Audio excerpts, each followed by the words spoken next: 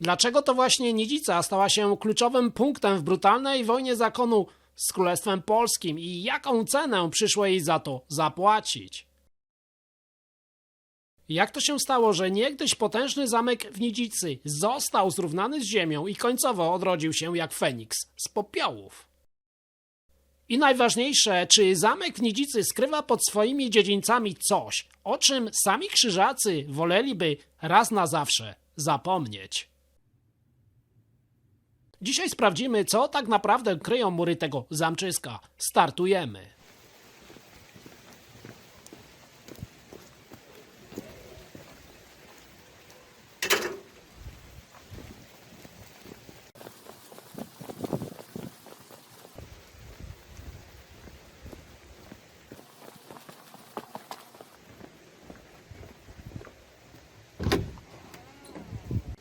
Zatem dotarłem już na miejsce do Niborka. Zaraz wybieram się na zamek krzyżacki w Nidzicy, a teraz Wam pokażę piękną okolicę, w której tutaj się zatrzymałem. Tak wygląda to dzisiaj, ale pora ruszyć w odległą przeszłość. Bo istnieje legenda, o której dziś pamięta już naprawdę niewielu. Legenda o miejscu zwanym Naito. Według dawnych przekazów to właśnie tutaj, na długo przed pojawieniem się zakonu, miało znajdować się pogańskie grodzisko Prusów. Cofnijmy się o gdzieś 800 lat. Wokół rozciągają się gęste lasy. W dolinach mokradła. Nie ma żadnych brukowanych dróg. Nie ma miasta, ani kościołów. Jest tylko dzika kraina zamieszkana przez Prusów. Lud bałtycki, który przez całe stulecia żył według własnych praw i wierzeń. To świat świętych gajów, dębów otaczanych czcią i ognisk. Jeżeli legenda o Naito zawiera choć odrobinę prawdy, właśnie tutaj mogło znajdować się jedno z takich miejsc. Żadna ogromna twierdza, jaką widzimy dzisiaj. Bardziej drewniano-ziemny gród, palisada, kilka chat, strażnica. Naprawdę nic imponującego, ale jego siłą nie były mury, bo jego siłą było strategiczne położenie. I może właśnie z tego powodu zapamiętano to wzgórze. Nie dlatego, że stał tu kiedykolwiek wielki gród, ale dlatego, że od zawsze było miejscem, z którego najłatwiej było wszystko kontrolować. W historii często powtarza się ten sam schemat. Zmieniają się ludzie, państwa, ale najlepsze miejsca zawsze pozostają takie same dla kolejnych przybyszów. Przecież najczęściej średniowieczne zamki wyrastały na starszych grodziskach, a tutaj być może było dokładnie tak samo. Tego nie wiemy. Ale wiemy jedno, potem wszystko się zmieniło, bo z północy i z zachodu zaczęli naciągać ludzie z czarnymi krzyżami na białych płaszczach. Dla nich to wzgórze nie było miejscem żadnych legend. Było punktem na mapie, punktem, które należy przejąć.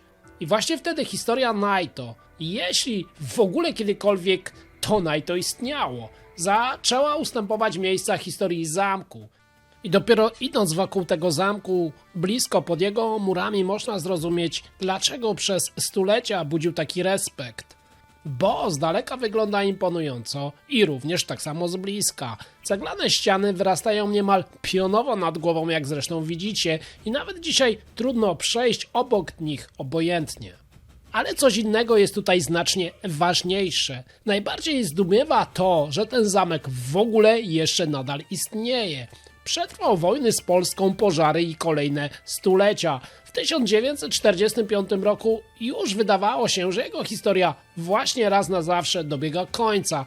Ogień przecież strawił wnętrza, dachy runęły, a twierdza zamieniła się po prostu w wypaloną starą ruinę. Patrząc na nią dzisiaj, trudno w to chyba również i Wam uwierzyć. Bo to, co widzicie, jest efektem późniejszej odbudowy. I co równie imponujące, zamek nie utracił swojego najdawniejszego charakteru. Nadal robi dokładnie to, do czego kiedyś został stworzony ponad 600 lat temu. Budzi ogromny respekt. Im dłużej szłem wzdłuż tych murów, tym bardziej zwracałem uwagę na ich prostotę. Nie ma żadnych rzeźb ani bogatych dekoracji. Jest tylko ta surowa cegła, setki tysięcy niemal cegieł ułożonych z niezwykłą precyzją, z których powstała jedna z najpotężniejszych twierdz przecież kiedyś państwa krzyżackiego. Niestety po raz kolejny dopada mnie deszcz. Coś mam pecha do tych zamków w północy czasami. I chyba właśnie w tym tkwi siła zamku Nidzica. Ten zamek nie próbuje nikogo w zasadzie olśnić. On od pierwszej chwili daje wszystkim do zrozumienia, że został zbudowany nie po to, by zachwycać, ale po to, by przetrwać. I być może na tym polega właśnie jego paradoks. Zachwyca prostotą. Bo pamiętajcie, że mimo wszystkich zniszczeń nadal dominuje nad okolicą dokładnie tak, jak robił to kiedyś. Zapewne tak samo myśleli o nim ludzie w średniowieczu. I może właśnie to jest największy sukces tej odbudowy. Nie to, że odzyskano dawne mury, ale właśnie to, że udało się przywrócić pewnego rodzaju emocje, jakie ten zamek wywoływał u ludzi tak dawno temu. Przekraczając bramę ma się wrażenie, jakby nagle zniknął współczesny świat. Hałas okolicznego miasta zostaje za murami, a wewnątrz panuje zupełnie inna atmosfera. Dziedziniec może wydawać się zaskakująco niewielki, ale właśnie o to chodziło. Nie budowano go po to, żeby imponował rozmiarem. Każdy metr tej przestrzeni miał swoje zadanie. Tędy codziennie przechodzili kiedyś rycerze, służba, rzemieślnicy czy posłańcy. To tutaj rozładowywano wozy z żywnością, naprawiano uzbrojenie i przygotowywano konie do dalszej drogi. To był środek świata zamkniętego za grubymi murami. Największe wrażenie robi jednak tutaj cisza. Dzisiaj słychać głównie kroki odbijające się od cegieł, kiedy tam szłem. 600 lat temu ten sam dziedziniec przecież paradoksalnie tętnił życiem od świtu do zmroku. Czas zamknięty w zamku. Spacerując z krużgankami trudno nie zwrócić uwagi na ich prostotę. Nie powstały po to, żeby zachwycać. Łączyły wszystkie najważniejsze części zamku i pozwalały szybko przemieszczać się zapewne między skrzydłami, niezależnie od pogody. To tutaj ta codzienność spotykała się z wojskową dyscypliną zakonu. Łatwo zrozumieć, że nie był to żaden pałac. To twierdza, w której bezpieczeństwo zawsze miało pierwszeństwo przed wygodą. A potem wystarczy wejść trochę wyżej i wszystko zmienia się raz jeszcze.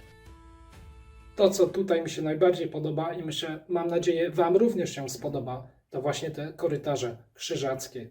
Czuć ducha krzyżowców. Dopiero z góry widać, jak dobrze zaprojektowano cały zamek.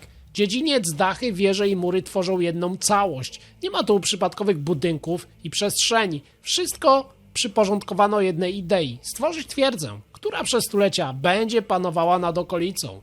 Patrząc stąd, trudno uwierzyć, że po 45 roku miejsce to było całkowitą prawie ruiną. Dzisiaj znowu jednak można przejść tymi samymi krużgankami, spojrzeć z tych samych wież i choć przez chwilę zobaczyć zamek tak, jak oglądali go jego mieszkańcy setki lat temu. Właśnie, setki lat temu. Bo długo wydawało się, że forteca ta jest niemal nie do zdobycia. Zamek ten strzegł południowej granicy państwa zakonnego i kontrolował drogi prowadzące z Mazowsza do wnętrza Prus.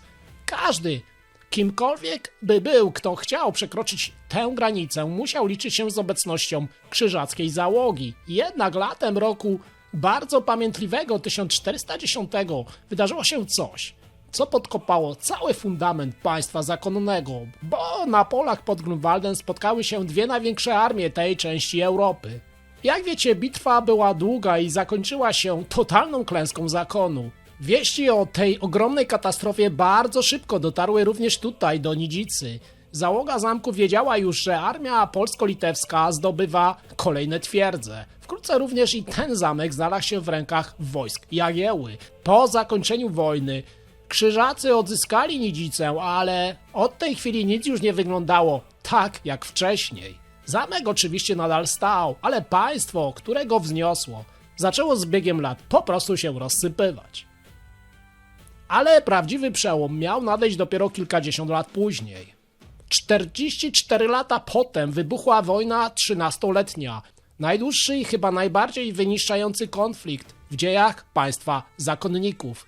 Choć największe bitwy oczywiście toczyły się daleko stąd, również Nidzica odczuła skutki konfliktu. Twierdza ponownie stała się ważnym punktem obronnym na pograniczu i miejscem, przez które przechodziły różne oddziały wojsk. Przez 13 lat cały region żył w cieniu wojny, płonął. Zwycięstwo nie należało już do tego, kto posiadał najpotężniejsze mury, ale do tego, kto potrafił utrzymać swoje państwo przy życiu i mieć potencjał do wyczerpującej walki. 12 lat później w końcu podpisano drugi pokój toruński i państwo zakonne utraciło znaczną część swoich ziem i już nigdy nie odzyska dawnej potęgi. Natomiast Nidzica pozostała wprawdzie po stronie zakonu, ale od tej chwili znajdowała się zaledwie kilkanaście kilometrów od granicy z naszym Królestwem Polskim. Z twierdzy położonej głęboko wewnątrz państwa nagle stała się zamkiem granicznym. Wreszcie nadchodzi rok 1525.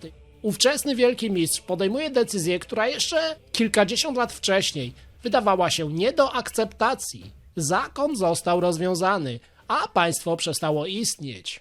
Ale co z naszym zamkiem? Od tej pory twierdza przestaje być ostoją zakonu, staje się siedzibą administracji Prus książęcych. Granice przesuwały się, polityka ulegała zmianie, a rozwój artylerii sprawił, że średniowieczne zamki coraz częściej przegrywały z nowoczesną techniką wojenną. Mury te potężne, które przez 2 stulecia budziły taki zachwyt i respekt u wroga, stawały się świadkami końca pewnej epoki, dla której zostały stworzone.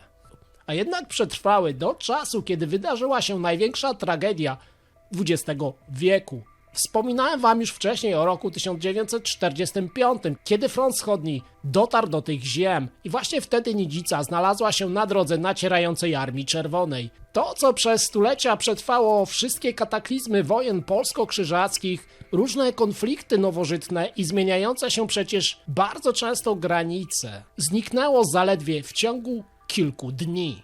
I właśnie to jest ten moment, kiedy myślami wróciłem do początku tej mojej opowieści, do legendy o Naito. Być może nigdy nie dowiemy się, czy na tym wzgórzu rzeczywiście istniał pruski pogański gród.